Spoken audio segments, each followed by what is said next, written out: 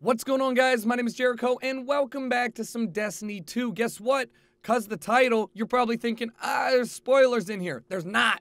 We're not doing spoilers. I'm going to talk very generally. Most of the problems and praises that I've got for this game so far are very general. And I want to say that this video is, in my opinion, a necessary one. I was going to tie it into a multiplayer and first week, my opinions. But I feel like this one pretty much sums up how I feel about the game so far, as well as how I feel about the game moving forward. And you might be like, dude, you've only played for at most a couple. I played for 12 hours last night. I have beaten the game. Not only that, I've beaten almost every side quest in the game. Your boy has done it all. And I've got some comments on that.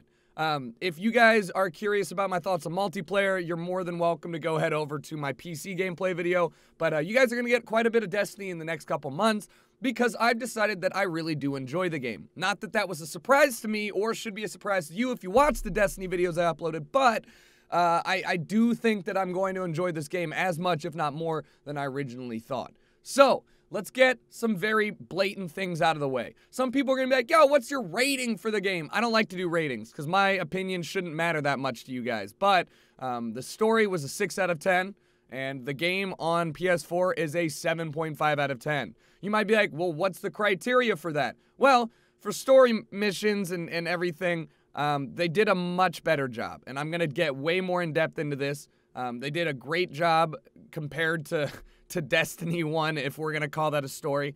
And as for the total rating, I feel like the game itself is so much more than the story that it really helps to bump that up. I mean, to be honest with you, the story is not why I bought the game. And in fact, the story is probably not why the vast majority of people who are buying Destiny 2 are buying it.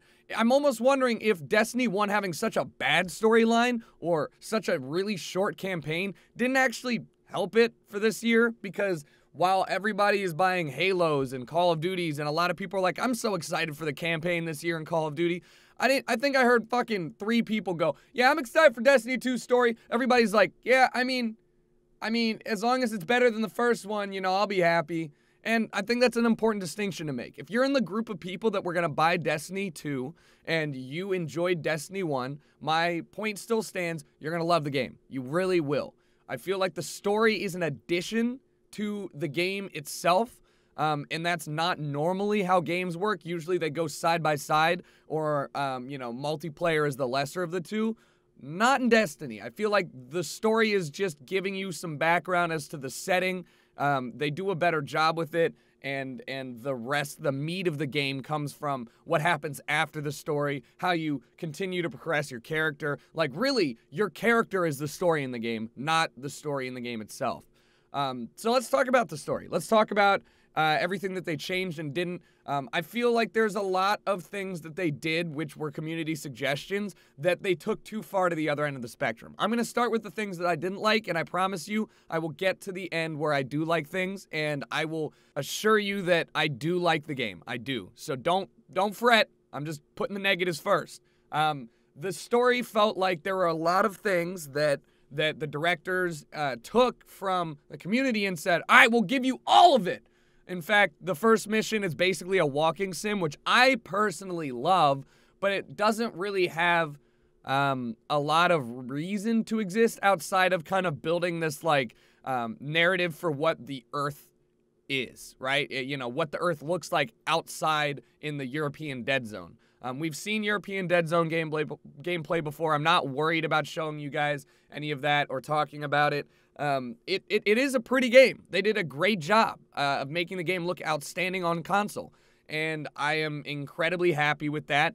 And I actually can't really say too much negatives about the fact that a lot of the time it felt Destiny was going, hey, you remember when we didn't do that in the first game? Well, here's a lot of it. Here's so much of it. Dialogue? We got so much dialogue. You want to hear Cade speak? Cade, speak again. Cade, speak! It's like, a lot of Destiny hardcore fans are going to love it.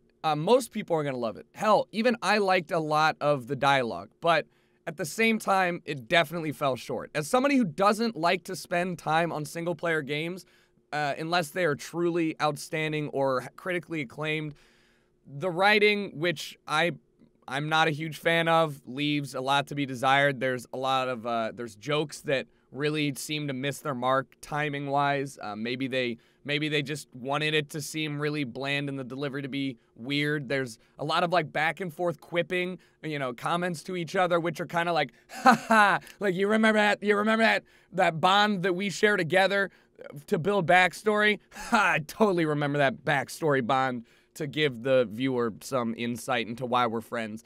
And that's one part of storytelling. It's hard, but I feel like the group that made Halo kind of could have made a better story. I understand it's not the same writers and directors and stuff, but the story, dialogue, and kind of the pacing was a little bit of a problem for me. The next biggest thing, which I should have put first, was they did not scale the missions well at all. The final boss fight with me and 2 friends, because we played the whole mission, or all the missions together from start to finish, the final boss fight lasted about 2 minutes. And it was not hard at all. None of us went down. In fact, we went down once. And I wonder if it's because Bungie expected people to mainline the missions and just like go in underleveled and struggle, or do it solo only. But if you're gonna offer a multiplayer story missions, you have to scale them better. I mean, we got wiped once, and it was because we were fucking around in the last mission, because we have never all gone down. We've never been wiped. It wasn't difficult in the slightest.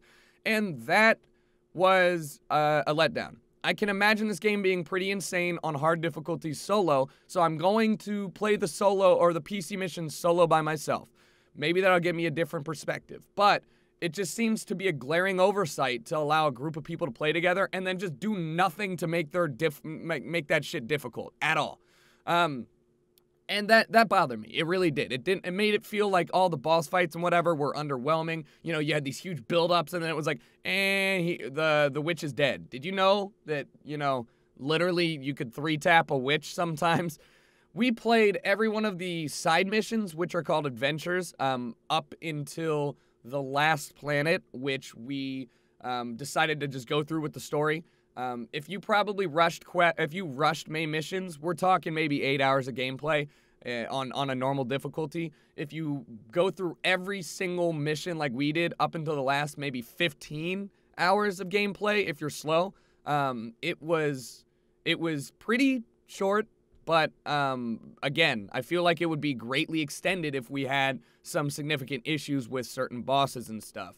I really did not enjoy the pacing of the story. In fact, one of the final missions, our whole group got together and we were like, wait, why did we get to we were on step 5 of this master plan and you literally put your dick into step 10. What did we miss here? Like, what problems happened? And that continuity fucked it all up. In fact, there were a lot of side missions that were giving info into why X, Y, and Z was happening, and we were like, well, what the fuck does this have to do with the main mission? And why, people are not going to be happy about it.